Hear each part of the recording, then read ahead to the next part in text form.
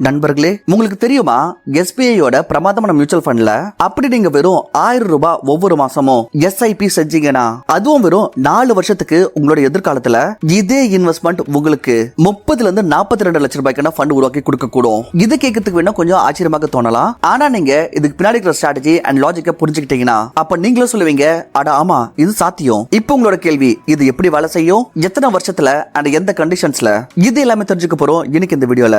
அதுவும் ஒரு real எக்ஸாம்பிளுடன். So தொடர்ந்துருங்க நம்ம கூட வீடியோவோட எண்ட் வரைக்கும். நண்பர்களே, ஒவ்வொருத்தருடைய அவசியம் வெவ்வேறு மாதிரி இருக்கும். உதாரணத்துக்கு ஒருத்தருக்கு அவருடைய எதிர்காலத்துல அவங்க பொண்ணுடைய கல்யாணத்துக்கு பணம் சேர்க்க வேண்டியதா இருக்கும். வேற ஒருத்தங்களுக்கு அவங்களுடைய பசங்களுடைய படிப்புக்காக பணம் சேர்க்க வேண்டியதா இருக்கும். இல்ல வேற ஒருத்தருக்கு அவங்களுடைய ரிட்டையர்மெண்ட்டுக்கான பிளானிங் பண்ண வேண்டியதா இருக்கும். சோ நண்பர்களே, இன்னைக்கு நாங்க உங்களுக்கு எஸ்பிஐயோட இந்த மாதிரி ஒரு மியூச்சுவல் ஃபண்டை பத்தி சொல்ல போறோம். இதுல அப்படி நீங்க ஒவ்வொரு மாசம் 1000 ரூபாய்க்கான இன்வெஸ்ட்மெண்ட் பண்ணீங்கன்னா அப்போ லட்ச ரூபாய்க்கான ஃபண்ட் தயாராயிடும். நண்பர்களே, இங்க நாங்க விளையாட்டுக்கெல்லாம் சொல்லல, உங்களுக்கு இங்க ஒரு எக்ஸாம்பிள் சொல்லுவோம். எந்த விதமா மியூச்சுவல் ஃபண்ட்ல கம்பவுண்டிங்கோட பவர் வேலை செய்யும், இதனால உங்க பணம் ரொம்ப வேகமாக அதிகரிச்சிட்டு இருக்கும். சோ நண்பர்களே, அப்படி நீங்க ஒவ்வொரு மாசம் 1000 ரூபாய்க்கான இன்வெஸ்ட்மெண்ட் பண்ணி லட்சக்கணக்கான ரூபாய்க்கான ஃபண்ட் உருவாக்கணும்னு விரும்புறீங்கன்னா அப்ப இந்த வீடியோ உங்களுக்கு ரொம்பவே இம்பார்ட்டன்டாக இருக்க போகுது. சோ இந்த வீடியோவை ஆரம்பத்துல இருந்து ஆரம்பிச்சு கடைசி வரைக்கும் ஸ்கிப் பண்ணாம பாருங்க. அதுக்கு முன்னாடி ஒரு ரிக்வெஸ்ட், இந்த சேனலுக்கு சப்ஸ்கிரைப் பண்ணிக்கோங்க. நண்பர்களே, உங்க எல்லாருக்குமே தெரிஞ்சிருக்கும் எஸ்பிஐ ஒரு அரசாங்கத்தோட கம்பெனி அண்ட் இது கிட்டத்தட்ட 11 லட்சம் கோடி ரூபாய் மதிப்புள்ள மியூச்சுவல் ஃபண்டை மேனேஜ் பண்றாங்க. பாத்தீங்கன்னா எஸ்பிஐயோட ஏகப்பட்ட மியூச்சுவல் ஃபண்ட் இருக்கு. அதுல இருந்து இன்னைக்கு நம்ம SBI multi asset allocation fund direct growth பத்தி தெரிவிக்க போறோம். நண்பர்களே, இந்த ஃபண்டை செலக்ட் பண்றதுக்கு எங்க கிட்ட ஒரு முக்கியமான காரணம் இருக்கு. அப்படி நம்ம SBI multi asset allocation fund direct growth மிச்ச ஃபண்ட்ஸ் மாதிரி SBI small cap fund and SBI large cap fund கூட கம்பேர் பண்ணோம்னா அப்போ மிகப்பெரிய வித்தியாசம் இதோட ஸ்டெபிலிட்டி அண்ட் ஒரு வருஷத்தோட ரிட்டர்ன்ல தெரியுது. கடந்த ஒரு வருஷம் இந்தியன் ஸ்டாக் மார்க்கெட் ரொம்ப மோசமாக பெர்ஃபார்ம் பண்ணிருக்கு. நிஃப்டி 50 பாத்தீங்கன்னா நெகட்டிவ் -4% ரிட்டர்ன் கொடுத்திருக்கு. ஆனா இந்த மாதிரி சூழ்நிலையிலும் இந்த multi asset allocation fund 12.82% return கொடுத்திருக்கு. பாத்தீங்கன்னா இது ரொம்பவே நல்ல ரிட்டர்னாக கருதலாம். இந்த ஃபண்டோட growth லைன் கிராஃப்லயும் பாத்தீங்கன்னா ரொம்பவே நேரா ஸ்டேபிளாக தெரிய வருது. ஏன்னா இந்த ஃபண்ட் ஷேர்ஸ் கூடவே டெட் அண்ட் தங்கம் அண்ட் வெள்ளியிலயும் முதலீடு பண்ணுது. இப்போ ஷேர் மார்க்கெட் வந்து ஃபால் ஆகுறப்போ தங்கம், வெள்ளி அண்ட் டெட் வந்து அதோடைய லாஸை கவர் பண்ணிருது. இதனாலேயே இதோட growth தொடர்ந்து இருக்குது. அதே நம்ம SBI multi cap fund direct growth பத்தி பார்த்தோம்னா அப்ப இதோடைய ஒரு வருஷத்து ரிட்டர்ன் கிட்டத்தட்ட 0.15% இருக்குது. இந்த ஃபண்ட் முழுமையாக ஷேர் மார்க்கெட் மீது டிபெண்ட் ஆயிருக்கு. இதனாலேயே இதோட growth லைன் கிராஃப் வந்து ரொம்ப மேல கீழே போயிட்டு இருக்கும். எப்ப மார்க்கெட் ரொம்ப நல்லா இருக்குதோ ரிட்டர்ன்ஸ் வரும். அதே மார்க்கெட் விழறப்போ இந்த ஃபண்டும் கீழே வந்துரும். அப்படி நம்ம SBI small cap fund direct growth பத்தி பார்த்தோம்னா சோ இது வந்து ஒரு வருஷத்துல 3.31% ரிட்டர்ன் தான் கொடுத்திருக்கு. இது சின்ன கம்பெனிகள்ல முதலீடு பண்ணுது. இதனாலேயே இதுல பிளக்சுவேஷன் ரொம்ப அதிகமாக இருக்கும். இதுல ரிஸ்க் ரொம்ப அதிகம் அண்ட் ஸ்டெபிலிட்டி ரொம்ப கம்மி. இதே மாதிரியே SBI large cap direct plan growth உடைய ஒரு வருஷத்தோட ரிட்டர்ன் கிட்டத்தட்ட 1.82% தான் இருக்கு.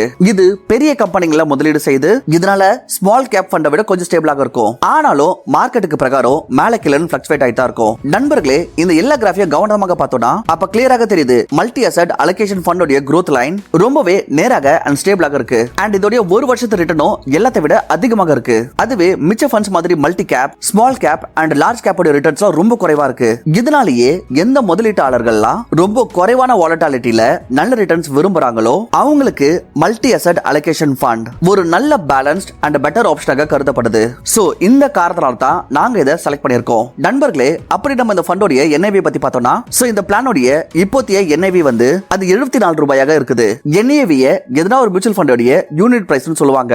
இந்த ஃபண்டோட ஒரு வருஷத்தோட ரிட்டர்ன் பார்த்தோம்னா இது வந்து 12.82% ரிட்டர்ன் கொடுத்திருக்கு. அதே இதோட 3 வருஷத்தோட ரிட்டர்ன் பார்த்தோம்னா இது வந்து 17.08% ரிட்டர்ன் கொடுத்திருக்கு. அதே கடந்த 5 வருஷத்துல 16% ஆனுவலைஸ் ரிட்டர்ன் கொடுத்திருக்கு. நண்பர்களே, எஸ்பிஐ மூலமாக இந்த ஃபண்டை முதல் ஜனவரி 2013 அன்னைக்கு லான்ச் செய்யப்பட்டிருக்கு. இந்த ஃபண்ட்ல இப்ப வரைக்கும் கோடிக்கணக்கான மக்கள் 18,289 கோடி ரூபாய் இன்வெஸ்ட் பண்ணிருக்காங்க. இந்த ஃபண்டோட எக்ஸ்பென்ஸ் ரேஷியோ 0.73% இருக்குது. இந்த மியூச்சுவல் ஃபண்ட்ல அப்படி நீங்க லம்சம் இன்வெஸ்ட்மெண்ட் பண்ணணும்னு விரும்புறீங்கன்னா அப்ப மினிமம் 5000 ரூபாய்க்கான இன்வெஸ்ட்மெண்ட் பண்ண வேண்டியதா இருக்கும். லம்சம்ல மேக்ஸிமம் இன்வெஸ்ட்மென்ட்க்கு எந்த லிமிட்டும் இல்ல. நீங்க எவ்வளவு விரும்பினாலும் இன்வெஸ்ட்மெண்ட் பண்ணலாம். அப்படி நீங்க இந்த மியூச்சுவல் ஃபண்ட்ல எஸ்ஐபி ஆரம்பிக்கணும்னு விரும்புறீங்கன்னா அப்ப இதுலயும் இன்வெஸ்ட்மெண்ட் மினிமம் 500 ரூபாய் மந்த்லியாக இருக்கு. மேக்ஸிமம் இன்வெஸ்ட்மென்ட்க்கு இதுல எந்த லிமிட்டும் இல்ல. நண்பர்களே, இப்போ உங்க மனசுல கேள்வி இருக்கும், அப்படி நம்ம இந்த மியூச்சுவல் ஃபண்ட்ல பணத்தை போட்டோம்னா அண்ட் அப்படி நமக்கு ஒரு வருஷத்துக்குள்ள எமர்ஜென்சி சிச்சுவேஷன்ல பணத்துக்கான அவசியம் ஏற்பட்டுருச்சுன்னா அப்ப நம்மளால இதை வெளியெடுக்க முடியுமா? அப்போ இதுக்கான ஆன்சர் வந்து எஸ். நீங்க எப்பனாலும் உங்களோட பணத்தை வெளியே எடுத்துக்கலாம். ஆனா இந்த ஃபண்ட்ல அப்படி உங்களுடைய மொத்த இன்வெஸ்ட்மெண்டோட உங்களுடைய டோட்டல் இன்வெஸ்ட்மெண்ட் அமௌண்ட்ல இருந்து 10% விட அதிகமான யூனிட்ஸை 12 மாசத்துக்குள்ள ரெடீம் பண்ணீங்கன்னா அப்ப அந்த எக்ஸஸ் அமௌண்ட் மீது 1%க்கான எக்ஸிட் லோட் தர வேண்டியது இருக்கும். அதாவது 10%க்குள்ள வித்ட்ரா பண்ணீங்கன்னா எந்த எக்ஸிட் லோடும் கிடையாது. அதுவே 10% விட அதிகமான அமௌண்ட் ஒரு வருஷத்துக்குள்ள அப்படி வெளியே எடுத்தோம்னா அப்ப அந்த அடிஷனல் பங்கு மீது 1%க்கான சார்ஜ் தரணும். அப்படி நம்ம இந்த ஃபண்டோட ரிஸ்கோமீட்டர் பத்தி பார்த்தோம்னா சோ இந்த ஃபண்ட் வெரி ஹை ரிஸ்க் கேட்டகரியில வருது. வாங்க இப்போ நம்ம பார்க்கலாம் இந்த மியூச்சுவல் ஃபண்ட்ல இருந்து கிடைக்கக்கூடிய ரிட்டர்ன் மீது தரக்கூடிய டாக்ஸ பத்தி. அப்படி நீங்க இந்த ஃபண்ட்ல இன்வெஸ்ட் பண்ணி ஒரு வருஷத்துக்குள்ள ரெடீம் பண்ணீங்கன்னா சோ அதன் மீது நீங்க 20%க்கான short term capital gain tax தர வேண்டியது இருக்கும். அதே நீங்க யூனிட்ஸை ஒரு வருஷத்துக்கு அப்புறமா வித்தீங்கன்னா அப்போ அதுல இருந்து கிடைக்கிற லாபத்து மீது முதல் 1,25,000 ரூபாய்க்கு எந்த டாக்ஸும் கிடையாது.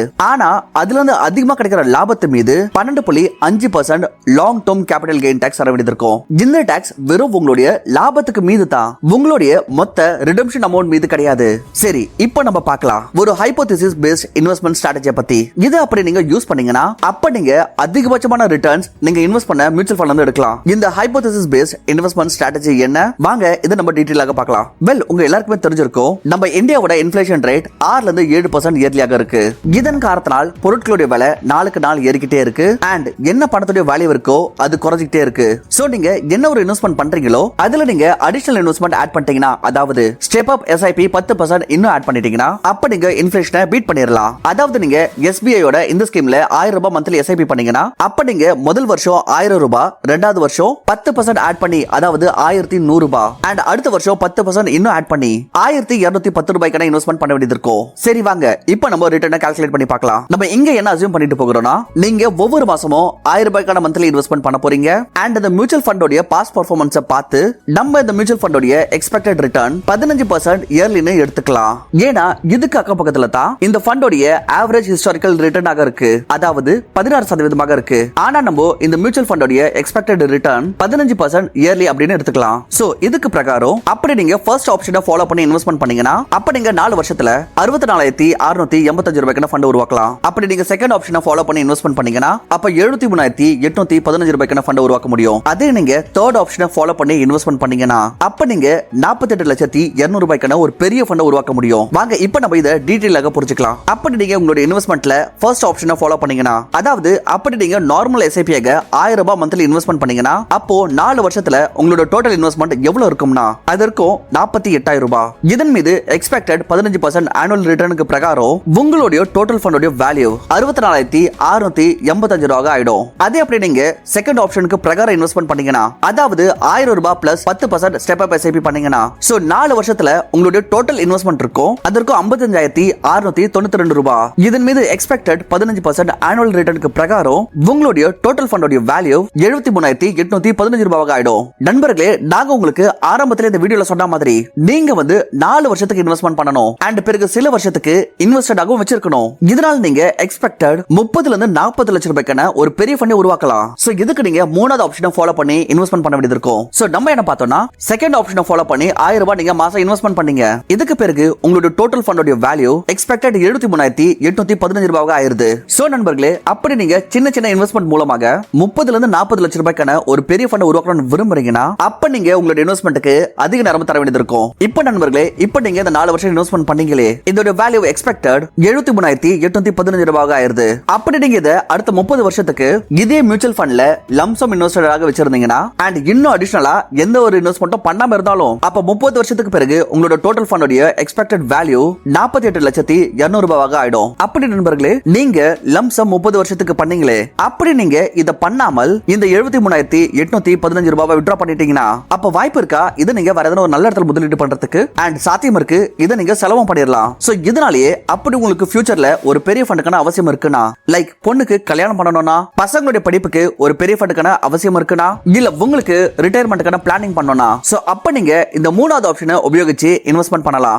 இதனால நீங்க ஒரு சின்ன சின்ன அமௌண்ட்டை இன்வெஸ்ட் பண்ணி உங்க ஃபியூச்சருக்கு ஒரு பெரிய ஃபண்ட் உருவாக்கலாம். ஆனா கவனமா இருங்க, இந்த பாஸ்ட் ரிட்டர்ன்ஸ் ஃபியூச்சர்லயே உங்களுக்கு இந்த ரிட்டர்ன்ஸ் கிடைக்கணும் எந்த கேரண்டி கிடையாது. அண்ட் மியூச்சுவல் ஃபண்ட்ல ரிஸ்க் இருக்கு. நேரத்துக்கு கூடவே உங்களோட ஃபண்ட் எப்படி பெர்ஃபார்ம் பண்ணணும்ன்றது இது முழுமையாக மார்க்கெட் மீது தான் டிபெண்ட் ஆயிருக்கு. நண்பர்களே, இது வெறும் ஒரு எஜுகேஷனல் பர்பஸ்க்கான வீடியோ தான். நீங்க எந்த ஒரு மியூச்சுவல் ஃபண்ட்ல இன்வெஸ்ட்மெண்ட் பண்ணாலும் அப்ப நீங்க அந்த மியூச்சுவல் ஃபண்டை பத்தி முழுமையாக ரிசர்ச் பண்ணுங்க.